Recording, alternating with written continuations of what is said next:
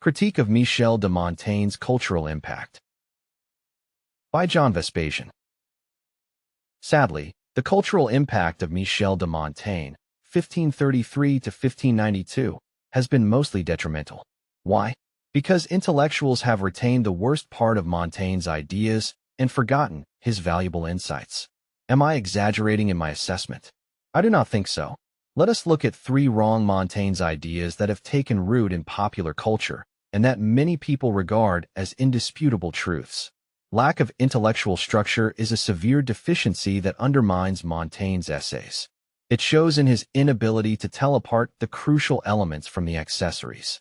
If we talk indistinctly about entertainment, hobbies, games, and philosophical truths, there is a degradation of the latter.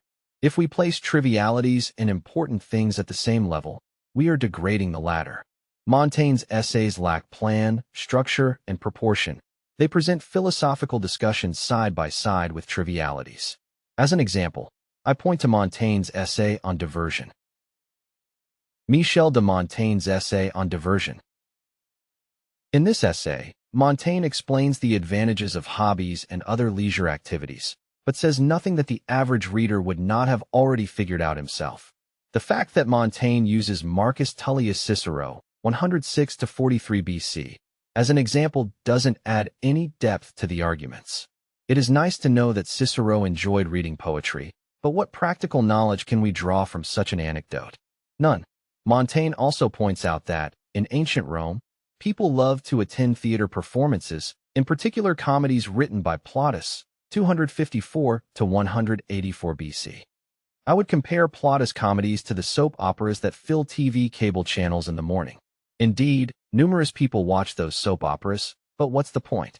There is nothing to be learned from those, nor from Plautus plays. By choosing trivial subjects, Montaigne wasted the reader's time and patience. Sadly, some magazines, radio stations, and TV channels today have adopted the same practice. By turning trivialities into their main fare, they are steering away from important subjects. I regret that this cultural trend, initiated by Montaigne, has reached enormous proportions. In his essays, Montaigne is often to blame for moral and terminological confusion. I don't think that he did it on purpose, but the fact is that he never corrected those errors. His literary revisions consist of adding a few sentences here and there, for instance, by interpolating an additional anecdote from ancient Rome or ancient Greece. Those revisions fail to remove the moral and terminological confusions. Michel de Montaigne's essay on glory. For example, Montaigne's essay titled On Glory is mixing up the concepts of glory, fame, reputation, popularity, with the concept of ambition, initiative, hard work, goal orientation. In the eyes of Montaigne, the pursuit of glory is frequently counterproductive. As examples, he mentions Emperor Nero, 37 to 68 AD, and Julius Caesar, 100 to 44 BC, who ascended to power in ancient Rome. Eventually, Nero became a tyrant, and Caesar was assassinated. Montaigne proves unable to tell the difference between bad and good pursuits. He mixes up a malevolent, superficial, evil pursuit of fame with the pursuit of legitimate achievements. As a result, Montaigne's conclusions are false. He wrongly ends up condemning all ambitions as detrimental, but instead, he should have praised initiative and hard work in the pursuit of good goals.